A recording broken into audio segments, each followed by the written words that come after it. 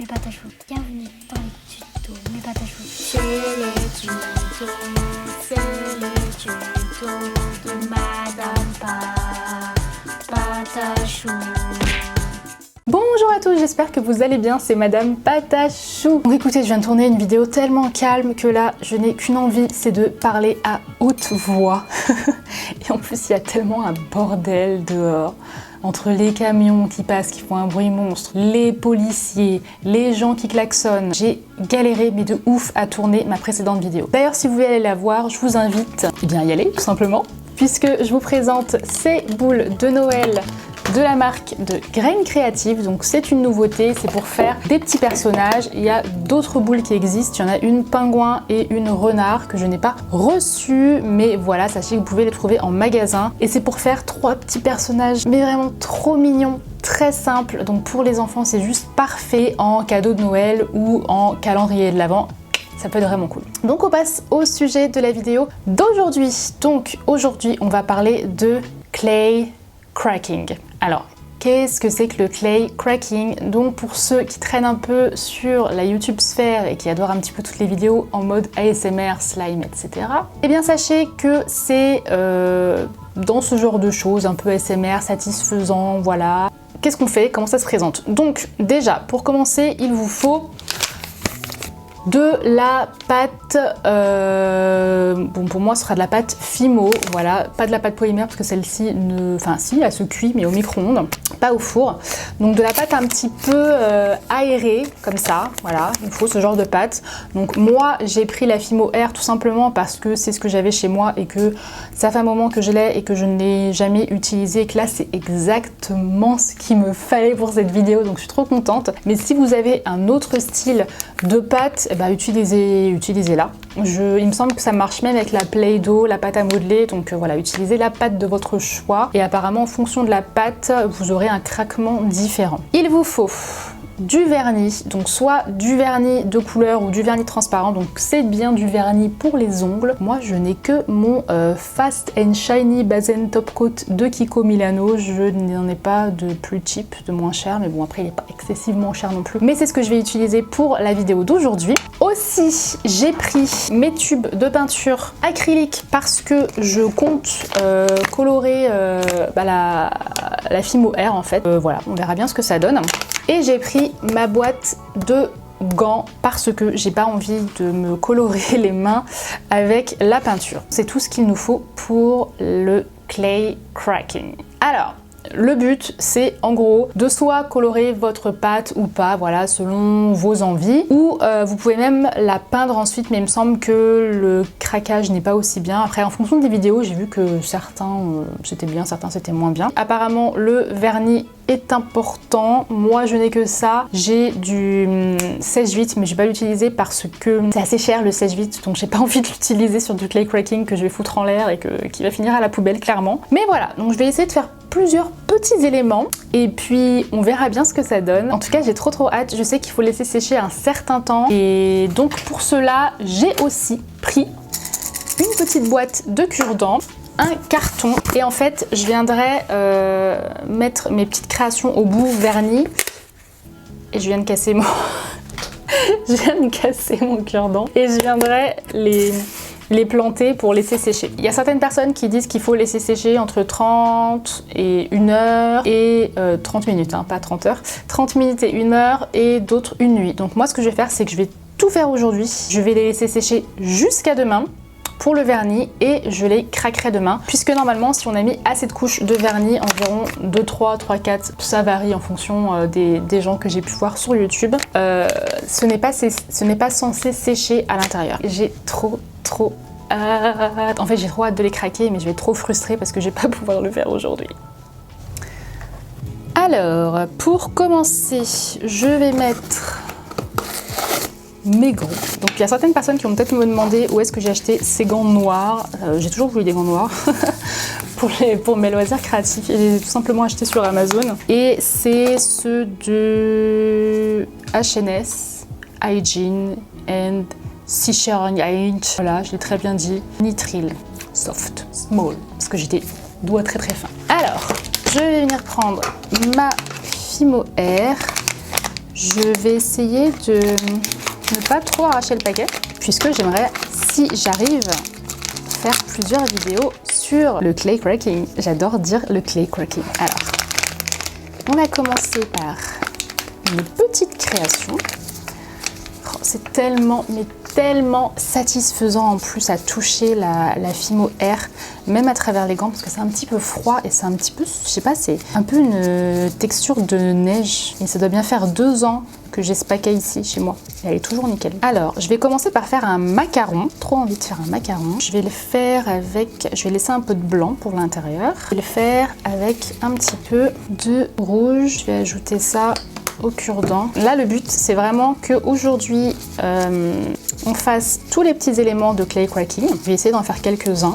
Je sais pas combien, je vais voir comment je m'emporte. Ensuite, demain, on les fera tous, enfin pour vous, tout à l'heure, on les fera tous craquer et je pense que ça va être assez cool. En tout cas, les vidéos que j'ai vues, mais oh, c'est tellement cool. Alors, vous allez me dire, ça sert à quoi? Ça sert à quoi? Et ben, par exemple, le slime, ça sert à quoi? Et ben, le slime, ça sert à le malaxer, etc. Le clay cracking, c'est pareil, sauf qu'évidemment, c'est plus éphémère que le slime. Tout est une question de satisfaction, les amis. Donc voilà, j'ai obtenu un joli rose. Donc je vais faire, heureusement que j'ai mis des gants, oh là là, une boule, et je vais venir la couper en 2. Waouh, ça se coupe super facilement cette pâte, hein, sans la déformer en plus. Je vais faire mes coques de macarons. Donc je vais les faire, donc je fais ma coque. Donc je pense que le mieux pour pas qu'elle sèche vraiment du tout, c'est de faire vraiment une création par une création. Donc c'est-à-dire vraiment aller jusqu'à l'étape du vernis tout de suite.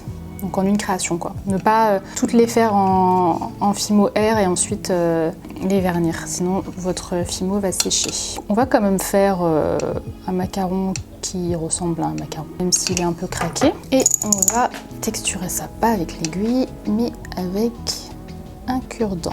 Je sais pas pourquoi je me sens pressée, j'ai l'impression qu'il faut que j'aille super vite et que la pâte elle va me sécher dans les mains. J'ai tellement pas l'habitude de travailler avec des pâtes qui sèchent à l'air. Ok, pour la première coque, on dit que c'est bon. On va faire la deuxième. Je sens qu'il va être super épais mon macaron. Et on va faire la ganache. Étaler un peu. Donc je la mets dedans et je mets ma petite autre coque de macaron par-dessus, même si elle est légèrement plus petite, on s'en fout. Voilà pour ça les jeux. Et ensuite le but ça va être de la vernir. Donc je vais essayer de planter un cure-dent qui j'espère va rester dedans. Je l'enlèverai hop plus tard. Donc je vais prendre mon vernis et je vais venir mettre 2-3 couches à peu près partout. Et le but je pense c'est de ne pas laisser de coin sans vernis j'imagine. On va dire que là il y a une première couche, je vais ensuite passer à la deuxième création et je viendrai mettre une deuxième couche tout à l'heure. Voilà, ça m'a l'air pas mal. Ensuite alors j'aimerais beaucoup faire des pancakes, un peu plus de pâte. Je vais prendre de la peinture ocre. J'espère, Mamma Mia, que j'en ai pas mis trop, parce que d'avoir un peu de rose dedans qui est resté collé sur mes gants, mais c'est pas grave. Donc voilà, c'est plutôt pas mal. Un petit peu de rose qui s'est mis dans l'équation, mais c'est pas très grave. Et du coup, je vais mettre là ma deuxième couche de vernis sur mon macaron, parce que j'ai l'impression que ça a séché pour la première. Voilà, pour la deuxième. On va faire une boule, puis on va faire un boudin. Et on va couper ça. Je vais essayer de limiter les petites craquelures sur les côtés en venant rabattre comme ça. En humidifiant un petit peu, c'est plus simple de ne pas obtenir cet effet craqué. Donc je vais faire toutes mes galettes et je vais les superposer les unes aux autres, hein, tout simplement.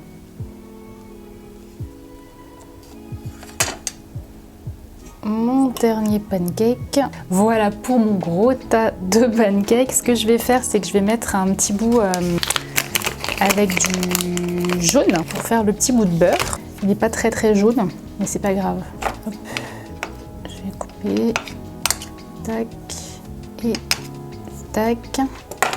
Et je vais mettre mon petit bout ici. Voilà, donc pareil, on va vernir. D'ailleurs, je vais même faire des petits, faire un petit peu de texture sur mon pancake, qui ressemble un peu à un pancake quand même. Même si je vais pas m'amuser à le colorer de ouf, juste histoire de... Voilà. Est-ce que je le mets comme ça ou est-ce que je le mets... Ouais, je vais le mettre par là, mon truc, parce que j'ai pas l'impression que ça va tenir sinon. Et je vais mettre sur mon macaron une autre couche de vernis. Je sais pas pourquoi, j'ai l'impression que... j'ai tellement peur que ça fonctionne pas, vous vous imaginez pas. Je vais mettre une sacrée couche. Comme ça, celle-ci, je vais bien la laisser sécher. Je veux qu'il y en ait la dose. Tout le monde n'est pas forcément d'accord sur le nombre de couches, donc voilà. Je fais comme je le sens. Ensuite, je vais enchaîner avec un cœur. Donc je vais faire un cœur bleu. Alors je vais essayer d'enfermer la pâte, vous voyez, en essayant de pas trop toucher la peinture. C'est chaud. Bon bah ça marche pas, ça veut pas.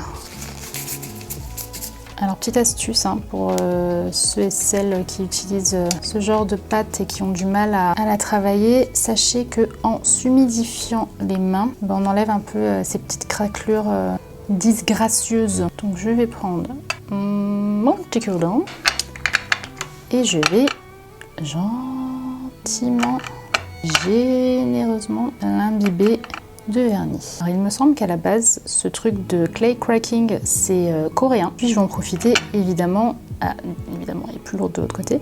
Je vais en profiter pour mettre encore un coup sur les pancakes. Et je vais mettre un peu de rouge en espérant que ça me fasse un beau violet. On va peut-être partir sur une étoile ou une lune, je ne sais pas.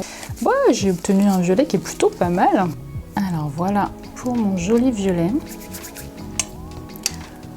Donc du coup je fais un boudin que je viens remettre tout simplement, voilà, plutôt pas mal la lune. Et c'est parti pour le vernis. Alors je vais commencer par le derrière. Alors ce qui est sûr c'est que ça va vous utiliser pas mal de vernis, donc je vous conseille vraiment d'acheter des vernis à moindre coût. Voilà, ne prenez pas des marques super chères, surtout pas. Prenez des sous-marques et si possible des sous-marques qui sèchent vite. Voilà la première couche et puis je vais ajouter des couches sur le pancake et le petit cœur qui est là-bas. Et puis je pense que ça ira pour ce premier clay cracking. 4 créations, je pense que c'est déjà pas mal. Donc voilà pour mes créations qui sont en train de sécher. Je vais les laisser là jusqu'à demain en espérant de tout cœur qu'elles ne sèchent pas à l'intérieur, mais logiquement non. Et puis écoutez, eh bien moi je vous dis à tout à l'heure, à tout de suite plutôt pour le fameux clay cracking. Alors nous sommes le lendemain, voilà tous les petits clay cracking que j'ai préparés. Donc le vernis est sec, ça paraît un peu mou, j'ai vraiment du mal à croire que ça va péter.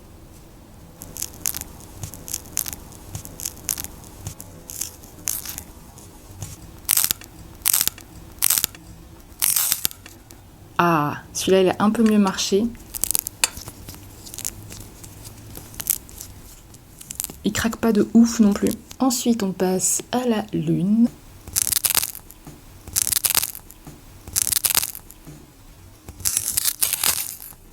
Ah, super!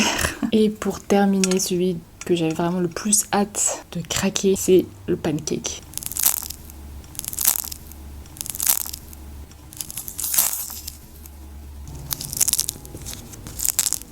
J'ai tout détruit, regardez-moi ça. Donc voilà, écoutez, c'était mon petit test sur le clay cracking. J'espère que ça vous a plu. Si vous en avez déjà fait et que vous avez des conseils de vernis, n'hésitez pas à me mettre ça en commentaire sous la vidéo. Et moi, en attendant, je vous souhaite un très très bon week-end. Ciao!